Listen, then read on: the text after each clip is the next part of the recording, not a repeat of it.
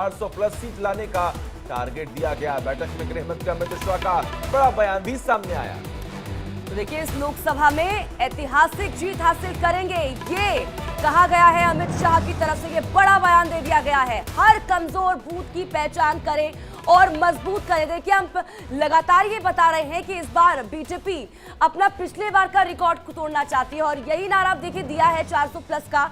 और सबसे पहले जो कमजोर सीटें हैं, जो पिछली बार बीजेपी के खाते से निकल गई थी या फिर वहां पर अगर हम वोट प्रतिशत की बात करें तो वो कम था, तो वहां पर बीजेपी का सबसे पहले फोकस है और उन्हीं सीटों पर मजबूत अपने आप को करने की कोशिश भारतीय जनता पार्टी पहले करेगी।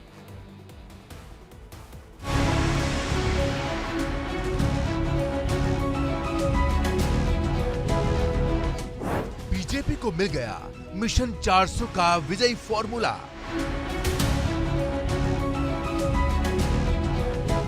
मोदी का संकल्प, 19 से भी बड़ी जीत की सिद्धि।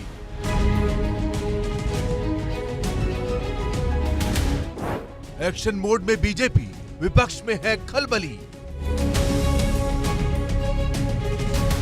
राजधानी में बीजेपी मुख्यालय से मोदी की गाड़ियों का सिर्फ काफिला ही नहीं निकला, बल्कि यहां से प्रधानमंत्री 2024 में जीत की गारंटी लेकर निकले। 5 घंटे में मोदी ने एक एक सीट का हिसाब लगा लिया। 300 मिनट प्लस 400 सीट बराबर 51% वोट। 24 के लिए प्रधानमंत्री की टास्क फोर्स ने कर लिया है अभी से एक एक पॉइंट नोट। कहां कितने प्रतिशत वोट मिलेंगे, कहां से बीजेपी की सीटें बढ़ेंगी, मोदी सब जोड़ लेते हैं। 5 घंटे की मीटिंग के बाद जब मोदी बाहर निकले तो अंदर से 24 का वो टारगेट निकला जो पीएम ने अपनी टास्क फोर्स को दिया है। बीजेपी की राष्ट्रीय कार्यकारिणी की बैठक में उन सभी फॉर्मूले पर चर्चा हुई जिसके जरिए 24 में 400 के आंकड़े तक पहुंचने की तैयारी है। पार्टी नेताओं को साफ संदेश दिया गया है कि चुनाव की घोषणा से पहले बचे 3 महीनों में सरकार के काम को वो जन जन तक पहुंचाएं। वहीं पीएम मोदी ने अपने सभी सांसद और नेताओं को वो 5 मंत्री भी दिए जिसके जरिए बीजेपी को लोकसभा चुनाव में 51% आबादी को टारगेट करना है। आप सब लोग मोदी का गारंटी जाने लाना हमारा प्रयास है कि भारत सरकार ने गरीब कल्याण की, जन कल्याण की जो भी योजनाएं बनाई हैं उनसे कोई भी लाभार्थी वंचित न रहे। 2019 में 303 सीट जीतने वाली बीजेपी 2024 में 400 का टारगेट कैसे अचीव करेगी, प्रधानमंत्री ने इसका खाका रेडी कर लिया है और इसके लिए पीएम ने 51% वाला दूसरा टारगेट भी एक्टिवेट कर दिया है।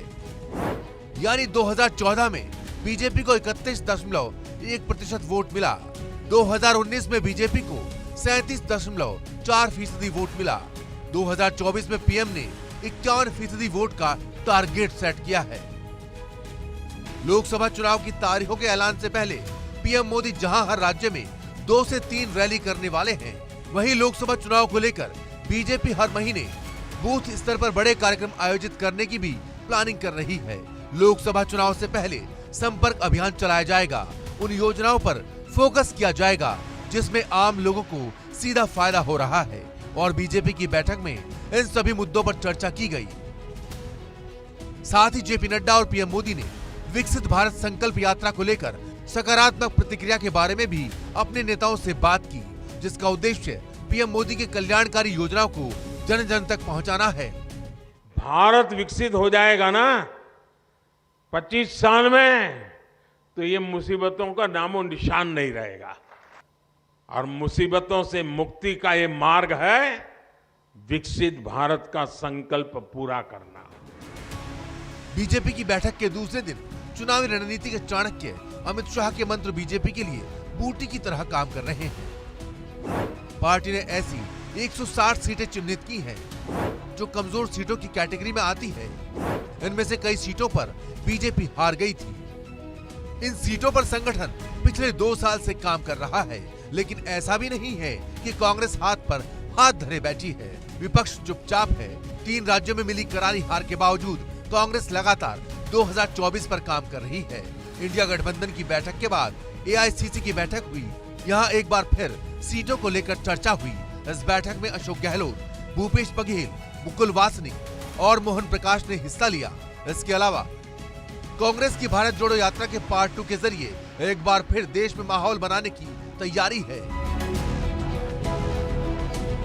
चुनाव के मुहाने पर जब ये हार रहे हैं इंडिया गठबंधन के सामने, तो इसका उद्घाटन कर रहे हैं जब चुनाव होने वाला है। बीजेपी की 2 दिवसीय बैठक में साफ कह दिया गया है कि कमजोर सीट हमारी डिक्शनरी में नहीं है।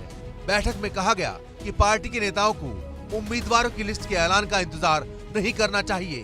प्रत्येक बीजेपी नेता को अब 2024 के लोकसभा चुनाव में रिकॉर्ड अंतर से जीत सुनिश्चित करने के लिए कमर कस लेनी चाहिए। बहरहाल बीजेपी हो या इंडी अलायंस, दोनों तरफ प्लान चौतरफा बन रहे हैं, लेकिन असली जंग जमीन पर लड़ी जाएगी। अब देखना होगा कि किसकी रणनीति कितनी कारगर होती है। Bureau report, NDR daily live.